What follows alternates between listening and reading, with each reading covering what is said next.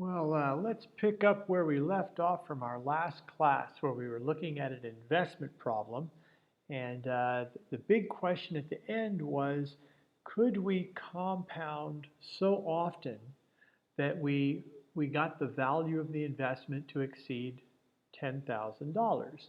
And we had picked up last time that, well, the more often we compounded interest during the year, it seemed to raise the value of the investment. And the question is there a limit to this process? So today we're going to kind of get into that a little deeper. So we'll start by kind of reviewing what we did from our last class. $5,000 invested for a period of 10 years in an account that pays 4% APR. The amount of this investment at maturity, which is after 10 years in this case, depends on how often the interest is compounded each year. And so here are some of the calculations that we had in the past. And so let's see. So I think I'd worked up to monthly compounding. Let's do a daily compounding, which would be, let's see, we'd have to take our 4% and we'd have to divide that into 365 pieces.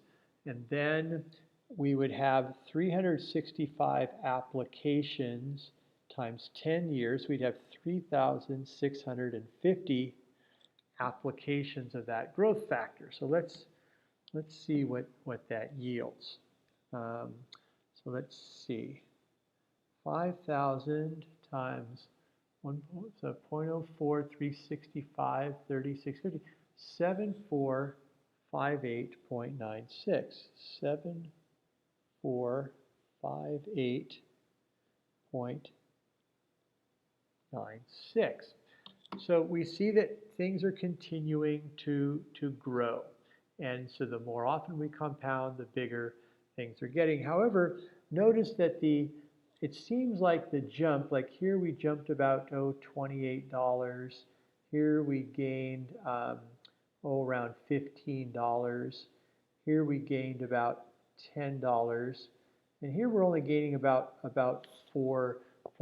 It seems like the jump is getting less and less and less, that we might be kind of reaching what we call a limit. And so that's kind of the big question is there a limit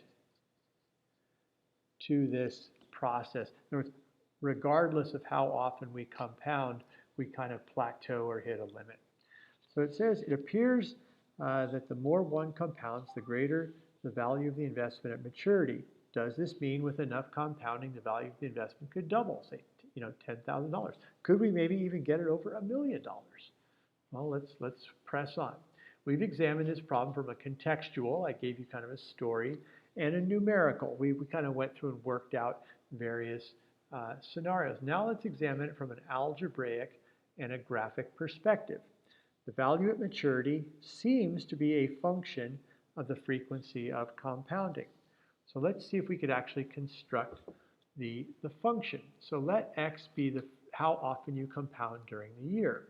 And let's try to build an equation for this. Well, if we look at all these, we see 5,000 is a common feature.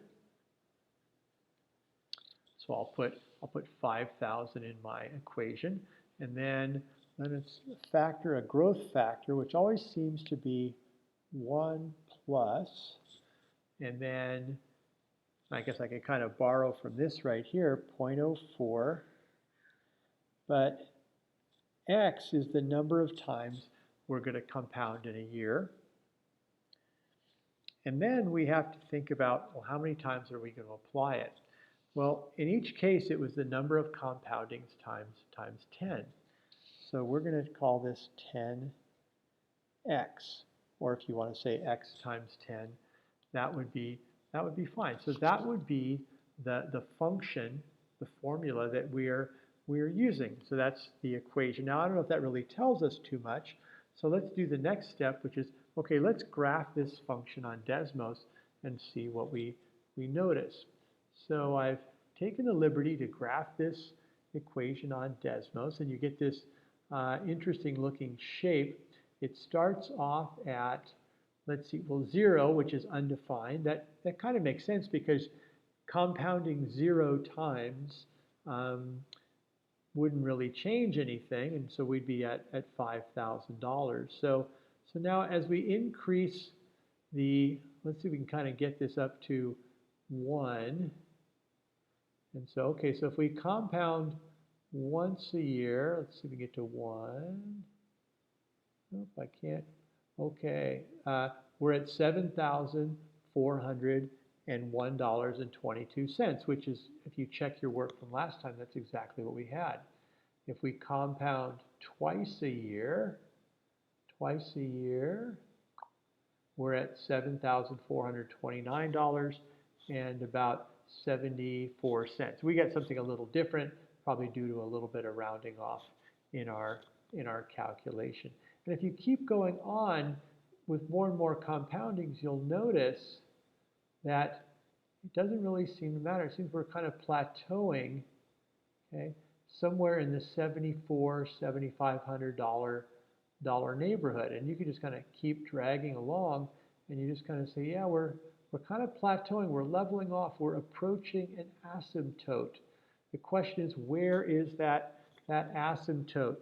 And what we saw earlier, I'm going to take Desmos out of the mix, is so far we've been able to get up to 7,458, but who knows how much longer? Could we get to 7460, 7480? You know, where is that leveling off point? Where is that asymptote? So let's continue to explore and see if we can find the asymptote. So what I've done here is I've kind of taken a look at this part of the expression. This piece right in here, this is the real key to figuring out what's going on in the long run. So I'm going to kind of focus in on this little piece right here. And so what I'm looking at is this structure of 1 plus 1 over n to the nth power. Kind of taking the 10 years out of it and just focusing in on the x. So what I did is I kind of started building a little table to help me better understand what's going on as n gets bigger. So here I've set up a little table of n's that are going to keep growing from 1 to 10 to 100 to 1,000. And I'll do the first couple here. So if I plug in 1, I have, let's see, that would be 1 plus 1 over 1, which is 2, to the first power, which is 2. And then if I put in 10, that would be 1 plus 1/10, 1.1, to the 10th power. And let me do that on my calculator. 1.1 to the 10th power, about 2.594, 2.594, 2.594. And then I kept raising the power. This is 1 plus 1 over 100 to the 100th power, 1 plus 1 over 1,000 to the 1,000th power, 1.1 over 10,000 to the 10,000th power. And notice that I've got this growth that's going on, but it's starting to level off. The question is, what's it leveling off to? Well, if you keep going again and again and again, you'll find that this number right here is the limit. And you may have seen this number before, okay? This is the number we call E. Okay? It's known by its name, the Euler number.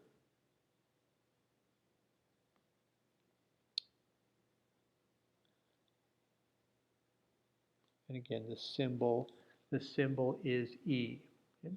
It's the result of this process here of where your base is getting closer and closer to 1.0. In other words, you've got a shrinking base, getting smaller and smaller and smaller, getting closer and closer and closer to 1. And meanwhile, the exponent is growing in value. And this is how we would write it algebraically. We would say the limit on this expression as n gets bigger and bigger and bigger, which in essence what this table is showing, goes to the value of E. So E is really the limit to a process. Okay? Very, very useful number, the Euler number. Now, I went ahead and decided, well, what if it wasn't 1 over n? What if it was, say, 2 over n or 5 over n? Is there a pattern that emerges in this case? So to kind of show the first few cases, if I plug 1 in, I have 1 plus 2, that would be 3 to the first power, which is 3. If I plugged in 10, I'd have 1 and 2/10, that would be 1.2 to the 10th power. So let me go ahead and try that on my calculator. 1.2 to the 10th power. I get about 6.192. And then I went ahead and did it for, higher and higher. So 1 plus 2/100ths to the 100th power, and it's growing in value. And you can see once again things are growing, but they're starting to kind of level off somewhere. 7.388. I could probably get it just a little bigger, but it's going to kind of run out of gas. And then I went ahead and did it for, what if it was 5 instead of 1 over n or 2 over n? What would happen in this case? And so here are some values where I kind of took 5 and then looked at letting n grow and grow and grow. And it's once again, I start to see this kind of leveling off process. So it kind of matches with what the graph was showing earlier, is this thing is kind of leveling off. The question is, what's it leveling off to? What is this number 7.388? Now, you're certainly welcome to take a guess if you want to turn off the video and take a guess. Now's a good time to do it. And if you don't want to take a guess, well, it turns out that this is e to the second power. We take e to the second power, we get about 7.389. And as you can now probably guess, this over here is going to be e to the fifth power. So this will get closer and closer to e to the fifth. And it kind of fits even over here. This is just e to the first power. Okay? So when I used a 1, it was going towards e to the first. When it was 2, it's going to get closer and closer to e to the second, and so on. And so in general, if we have 1 plus just some number r over n to the nth power, and we let n grow and grow and grow and grow, what we're going to get closer and closer to is e to the r. You get this exponential expression, or basically a certain power of e. So keep this in mind. This ends up being very important for what I'm about to show you next. So now let's look back at our original scenario. $5,000 invested for 10 years, and then we're getting 4% APR. And I once again have jotted down all the different compounding levels we took a look at. And so now I've written it, though, in a little different form. I've kind of kept the 4% in and just showed the bottom growing. So what we have here is 1 plus something over n, and then to the nth power, and then there's a 10 in there also. So if you kind of look at it, you've got this expression right here, and then you have it again right here, and so on. And the only difference is that at each stage, we're raising n. We're raising the number of compoundings. This is precisely what was going on up here. Okay, this exact structure. I'd have 1 plus something over n to the nth power, and then let the n grow. So the question is, where is this going? Where is this headed? Well, we've just learned that a few moments ago, that here's this expression. As n gets bigger and bigger and bigger, this thing gets closer and closer to e to the r. So this portion right here, okay, is getting more and more and more like e to the 0.04. And then all that's left is this power of 10. And so this is the idea of kind of limits, taking this and saying, well, this process has a limit. The limit's going to be e to the 0.04 power times 10. And so now I'm going to go ahead and put that in my calculator, and hopefully we get an answer that makes some sense. So let me turn the calculator on, clear, and then we'll do, so second power, that was 5,000, clear, 5, 1, 2, 3, 5, then e to the 0.04, and then I'll just go times 10. And that should, let's see if that takes us where we want to go. 7459, 7459 and 12 cents.